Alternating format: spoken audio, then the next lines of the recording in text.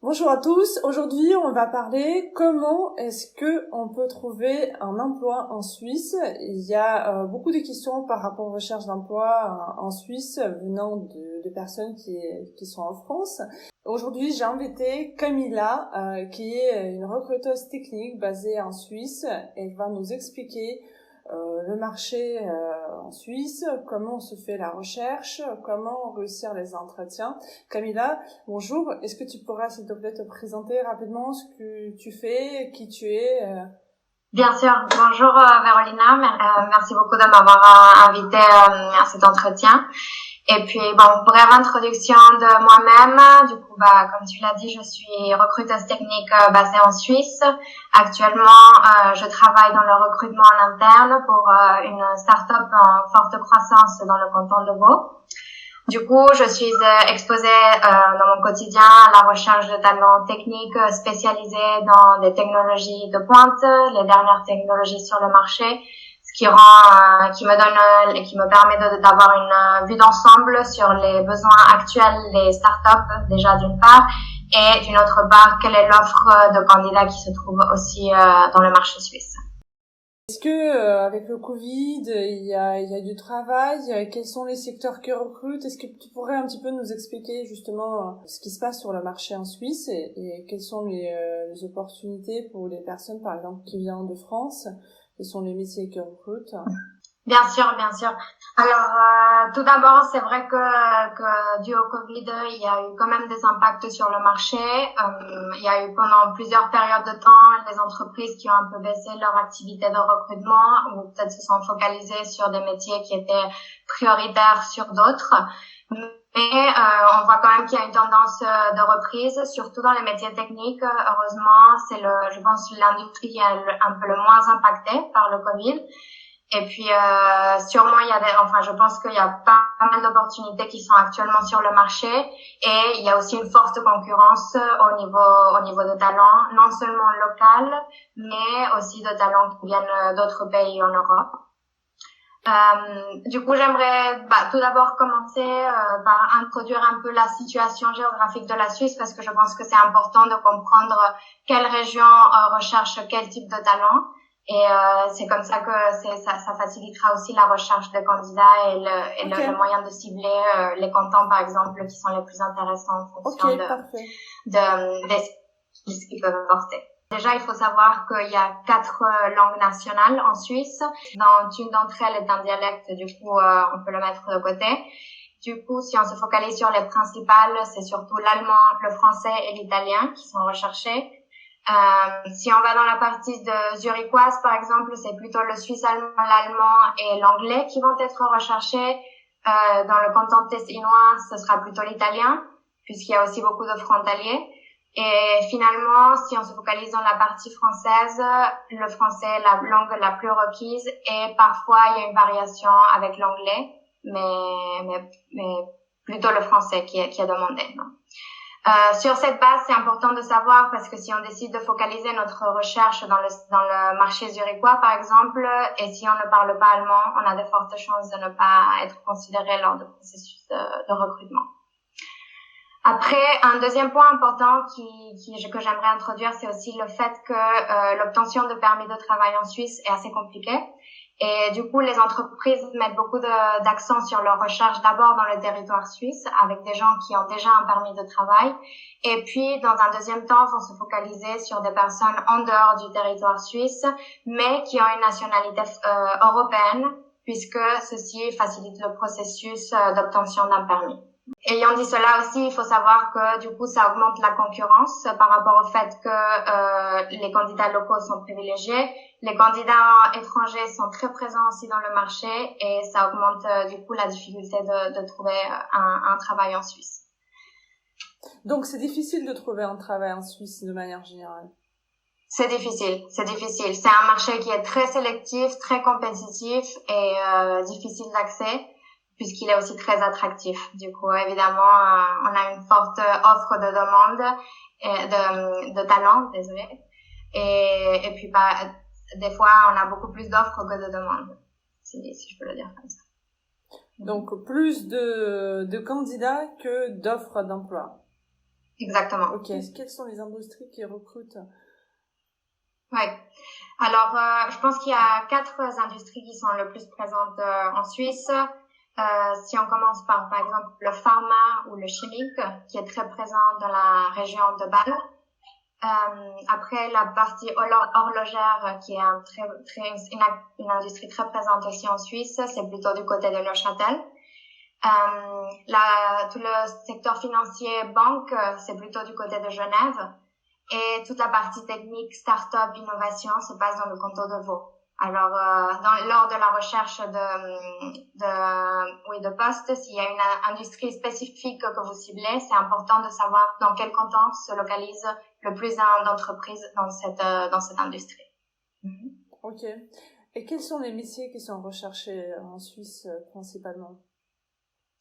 Honnêtement, en termes de métier, c'est une palette très très étendue. On peut aller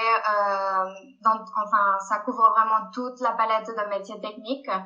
Data analysis, software developers, software engineers, vraiment product managers, product owners, ça couvre toute la palette. Alors dans ce sens-là, vraiment je dirais que les opportunités sont ouvertes à tout type de profil technique. Ok.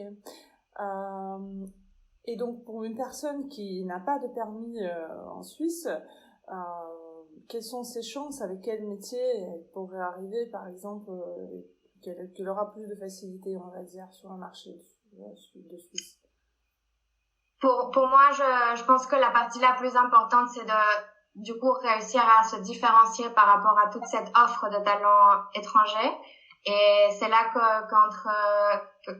va en parler un peu plus tard dans la présentation, mais c'est là qu'il faut savoir se différencier au niveau de la préparation aux entretiens, au niveau des connaissances du marché et savoir démontrer aux recruteurs quelle est votre motivation et pourquoi est-ce que vous devriez être sélectionné plutôt qu'un autre candidat, une autre personne. Eh ben, avançons alors sur cette présentation pour voir. Très bien. Alors, si on passe à la section les étapes pour décrocher un job en Suisse, pour moi, les étapes les plus importantes, c'est déjà d'avoir une vue d'ensemble sur le marché suisse, de connaître le marché pour lequel vous postulez, puisque souvent le recruteur va se rendre compte du niveau de préparation de la personne et cela aussi va avoir un impact dans l'impression que le recruteur va avoir de la motivation de la personne. C'est vrai que, comme je disais, le marché suisse est très attractif et souvent on remarque que les candidats utilisent leur motivation principale, c'est de rentrer dans un pays comme la Suisse et pas forcément l'entreprise pour laquelle ils sont en train de postuler. Du coup, je dirais qu'une bonne préparation avant l'entretien est primordiale pour démontrer une bonne motivation face à ce processus. Si on commence du coup par l'étude du marché, ça regroupe un peu ce qu'on a parlé en début de présentation, connaître les industries, dans quel canton, quelles sont plus ou moins les entreprises présentes dans chaque canton et les langues parlées, ça c'est très important aussi, je pense, de démontrer que vous êtes au courant de comment marche le marché suisse avant de postuler. Ok. Et puis faire une étude des compétences recherchées par les entreprises, je pense qu'il est aussi important de savoir cibler ce que vous recherchez. À nouveau, ça revient aussi au sujet des industries. Si vous êtes intéressé plutôt par une industrie que par une autre, je pense que le plus intéressant ce serait que vous postuliez directement dans le secteur dans lequel vous avez de l'expérience, plutôt que de vous diversifier sur d'autres secteurs dans lesquels vous serez considéré comme plutôt junior, je dirais. Ok. Et puis finalement, comprendre l'exigence du marché, ça rejoint aussi ce qu'on avait dit avant. C'est un marché qui est très concurrencé. Il y a beaucoup de grandes écoles techniques présentes en Suisse, par exemple le PFL, le TH à Zurich. Du coup, c'est vrai qu'il y a beaucoup de talents qui est déjà présent dans le territoire. Alors, c'est difficile parfois de venir depuis l'étranger et se diversifier et montrer qu'on a quelque chose de plus à offrir que tout ce talent qui est déjà présent dans le territoire. Et ben justement, c'est quoi de quelque chose de plus qui pourrait faire la différence, mis à part la motivation? Bon, c'est vraiment la motivation, mais quel est ce plus magique qui pourrait faire la différence? Honnêtement, si je parle de ma propre expérience, je pense que, comme je vous ai dit, de montrer que vous savez où est-ce que vous êtes en train de postuler, vous connaissez l'entreprise pour laquelle vous postulez. Ce n'est pas simplement le fait d'avoir les compétences techniques que l'on recherche, mais c'est aussi d'avoir une bonne communication, de montrer une bonne dynamique, de montrer que vous êtes une personne qui peut s'intégrer facilement pour un travail en équipe. C'est vraiment au niveau des soft skills, ce qu'on appelle les soft skills aujourd'hui, que ça se joue beaucoup aussi, et non pas que au niveau des compétences techniques. J'ai remarqué effectivement pendant notre webinaire de la semaine dernière avec tes collègues qui sont aussi des recruteurs, ils ont parlé aussi de soft skills et j'ai la sensation que beaucoup de candidats ne se rendent pas vraiment compte de l'importance de ces soft skills. Et lorsqu'on explique en général la personne qui ne sait pas, elle commence à dire oui, mais peut-être il faut que j'apprenne cet outil ou cet outil. Au final, l'entreprise, elle regarde aussi quelle est la personnalité, quelle est la personne que je vais recruter. Exactement. Donc oui, je pense que ça change pas selon les pays. Non, ça c'est vraiment quelque chose de très important, et oui, vous serez surprise du nombre de fois où on se trouve face à un candidat qui répond à toutes nos attentes techniques et que finalement on préfère plutôt embaucher une autre personne qui peut-être n'est pas au même niveau technique mais qui a un comportement, une attitude, une communication beaucoup plus attractive, et on préfère du coup s'investir sur une personne comme ça pour qu'il puisse grandir les compétences techniques, mais qui a déjà les soft skills qui nous donnent envie de s'investir dans un candidat comme ça. Si vous voyez ce que je veux dire. Très intéressant, très intéressant. Mm-hmm. Ok.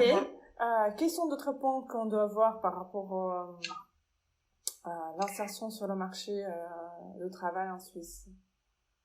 Oui, alors le dernier segment de cet entretien, je dirais, c'est comment réussir justement un entretien en Suisse.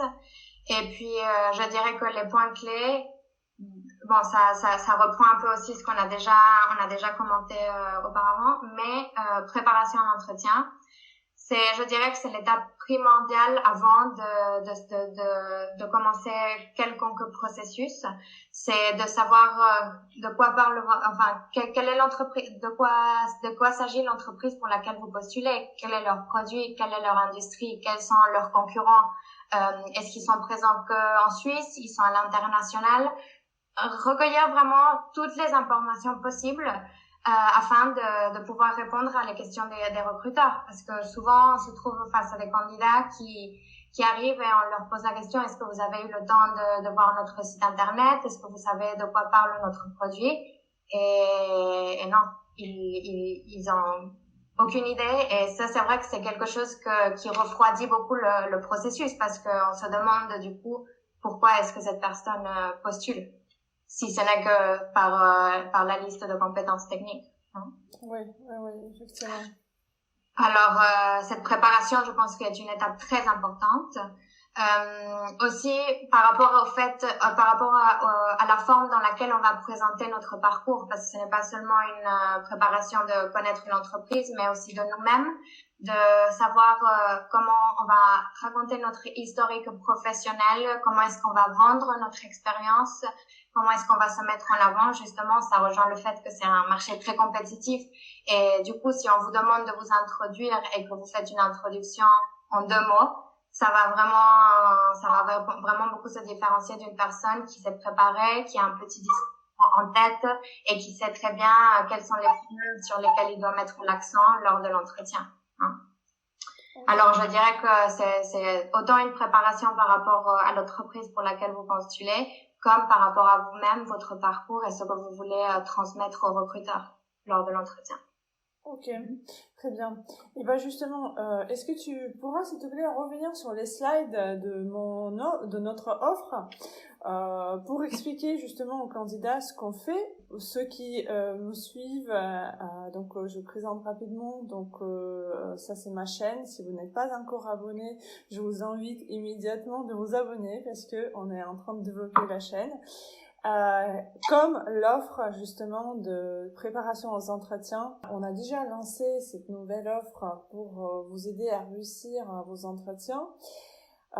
Pourquoi est-ce que cette offre? Tout simplement parce que on se rend compte, parce que souvent les candidats ils ne maîtrisent pas forcément des techniques de négociation de salaire, par exemple, ou même ce que tu viens de dire, la présentation. Souvent, même une question très simple, même les candidats qui sont très qualifiés, ils ne savent pas forcément répondre. On pose la question, quelles sont vos prétentions salariales? Et derrière, il y a silence. Après, ça peut créer une frustration. La personne peut répondre quelque chose qu'elle ne veut pas forcément. Le processus se lance et à la fin, elle dit non parce que justement, elle n'a pas réussi dès le départ à dire clairement ses attentes, d'exprimer par exemple ça. J'ai vu le nombre de fois que la personne se dit bon, ok, au final, je vais faire comme ça. Après, elle arrive jusqu'au bout de processus et dit bon, non, au final, ça ne me correspond pas. Donc, il y a plein de ces points et justement les soft skills qui nous permettent de gérer cette communication. Et c'est pour cette raison qu'aujourd'hui, on est en train de créer le réseau de coachs, notamment Camilla, elle fait partie de ce réseau, qui vont vous aider justement à réussir ces entretiens, qui vont valider votre CV, votre approche, votre discours. Maintenant, la question que je voulais te poser, Camilla, elle concerne des salaires. Pour comprendre un petit peu quels sont les salaires sur le marché suisse. Est-ce que c'est la différence est aussi important parce que tu dis que c'est très attractif, les gens veulent venir en Suisse justement parce que les salaires sont évidemment intéressants, mais j'imagine bien qu'il y a le coût de vie qui est très important aussi. Est-ce que au final les gens ne se font pas des fausses idées aussi? Alors ça je pense que c'est un point très intéressant et puis je pense que ça rejoint aussi la partie de connaissance du marché suisse. Alors il faut savoir que en fonction des cantons, les attentes salariales sont différentes et ce que les entreprises proposent aussi. Pourquoi? Parce que les coûts de vie sont aussi différents en fonction des cantons. Alors, un appartement ne va pas coûter, la location d'un appartement ne va pas coûter la même chose à Zurich qu'à Genève, qu'au canton de Vaud. Et c'est aussi comme ça que les entreprises formulent leurs offres au niveau du salaire. Moi, ce que je peux conseiller, c'est déjà de faire une recherche au préalable par rapport au canton sur lequel vous êtes en train de viser vos recherches. Il y a plusieurs outils en ligne qui facilitent cette recherche pour comparer les niveaux de salaire en fonction de l'expérience de la personne, en fonction des technologies qui font partie de ses compétences et puis déjà se renseigner par rapport à ça. Et au moment de l'entretien, moi, conseil personnel, c'est ne pas aborder le sujet du salaire que si on vous pose la question au premier entretien. Parce que en Suisse, on aime, si on montre que le salaire c'est une de vos motivations principales, ça nous donne déjà ça met une ambiance un peu bizarre. Enfin, c'est surtout le recruteur qui va de toute manière vous poser la question par rapport à cela. Alors, le plus important, c'est d'avoir déjà en tête vos attentes, d'avoir fait des recherches et d'être le plus proche du marché, enfin, que ce soit des attentes réalistes et ne pas simplement se dire oui, c'est un pays qui est cher, du coup, mes attentes sont beaucoup plus élevées qu'en France, par exemple, ou dans un autre pays. Et justement, qu'est-ce qu'on peut et ne peut pas dire lors d'un entretien en Suisse? J'imagine, comme il y a des différences culturelles, peut-être, il y a peut-être certaines choses qu'il faut surtout pas dire, et d'autres, il vaut mieux dire. Alors, comme je vous disais, la question du salaire est toujours, c'est un peu un tabou en règle générale, je pense. Mais je pense que le plus important, c'est d'attendre que la personne vous pose la question. Si à la fin de l'entretien, le sujet n'a pas été abordé, rien ne vous empêche de simplement demander quel serait votre budget pour un poste comme celui-ci, quelle serait la fourchette de salaire à laquelle je peux aspirer pour un poste comme celui-ci. Et en fonction de ça, commencer la conversation à ce sujet. Et surtout, ne pas montrer au recruteur que cela n'est pas votre motivation principale, puisque comme je vous dis, ça donne pas une très très bonne impression à ce stade du processus. Okay. Une autre chose qui est très importante, c'est, je pense, la ponctualité. Alors, en Suisse, le fait d'être à l'heure est déjà être en retard. Alors, c'est toujours arriver 5 minutes avant, se préparer 5 minutes avant l'heure fixée et être prêt au moment où l'heure a été fixée pour l'entretien. Ça, c'est une autre chose qui est très importante. Pareil, démontrer que vous avez fait vos recherches, que vous avez une connaissance de base sur le sujet dans lequel vous allez l'industrie ou le produit sur lequel vous allez avoir une conversation avec le recruteur, très important. Préparer une liste de questions primordiales. Ça doit pas être une liste de 10 questions, mais même 1, 2, 3 questions. C'est tout, ça montre toujours un niveau de motivation supérieur à une personne qui termine un entretien. On lui demande est-ce que vous avez des questions et il dit non. Je pense que tout le monde devrait avoir une question à la fin d'un entretien, quoi que ce soit, quelle que soit la question, ça n'a pas d'importance. Et puis, par rapport aux choses qui peuvent aussi se différencier, du coup, une bonne communication, qu'on ait l'impression que la conversation va être agréable est très importante aussi. Si on vous pose une question, essayez d'aller le plus dans les détails de la réponse, ne pas se limiter à quelques mots. Vraiment que le recruteur n'ait presque pas besoin de vous poser des questions, mais que vous-même, en vous présentant et votre expérience, vous soyez capable de répondre à toutes les questions que la personne pourrait vous poser. Ça, je pense que c'est aussi très important. Et puis, je pense que à la fin, c'est toujours très important aussi de remercier l'opportunité qu'on vous donne d'être interviewé, d'avoir pris le temps de revoir votre candidature. Ça donne toujours une très très bonne impression à la fin d'un entretien. Ok. Quelles sont, si tu as le souvenir, les 2 ou 3 erreurs fatales que tu as vues pendant ta carrière et qu'ils ont coûté en fait le fait que la personne n'a pas obtenu le job, qui t'ont vraiment marqué? Est-ce que tu pourras partager peut-être?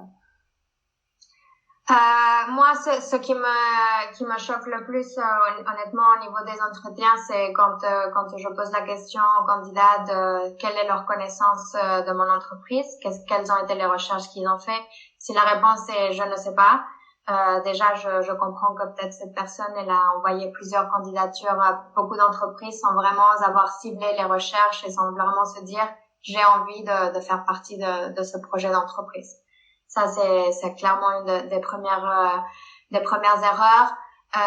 Aussi le fait de dire, quand on demande à la personne d'expliquer son parcours, de dire, bon, tout est sur mon CV, vous pouvez le voir. Oui, on sait très bien que les informations sont sur le CV, mais on veut l'entendre de vous-même. C'est vous qui êtes censé nous l'expliquer aussi. Alors, à nouveau, donner le plus de détails et essayer de vraiment couvrir le plus d'aspects par rapport aux projets sur lesquels vous avez travaillé, comment était composée l'équipe, quels ont été les points qui vous ont le plus plu lors de cette expérience, qu'est-ce que vous pensez que vous aurez pu améliorer. Vraiment, essayer d'aller dans le plus de détails possible. Ça, je pense que c'est très important. Et une troisième chose, je dirais que c'est quand on vous demande quelle est votre motivation de postuler à l'international et d'entendre dire que vous voulez vous voulez vivre en Suisse parce que vous aimez bien la nature et les montagnes. Beaucoup de gens disent la même chose. Alors, il faudrait focaliser la réponse sur des éléments qui donnent beaucoup plus envie aux recruteurs de vouloir avancer avec vous et de dire que vous allez être une personne qui vaut la peine d'être embauchée. La dernière question, c'est par rapport à ce permis de travail. Combien de temps ça peut prendre et est-ce que quelles sont les difficultés en fait, à quoi doit s'attendre le candidat par rapport justement à ce permis de travail? Alors, bon, si j'ai bien compris, on se focalise plutôt sur des candidats qui viendraient de la France, oui. dans ce cas-là.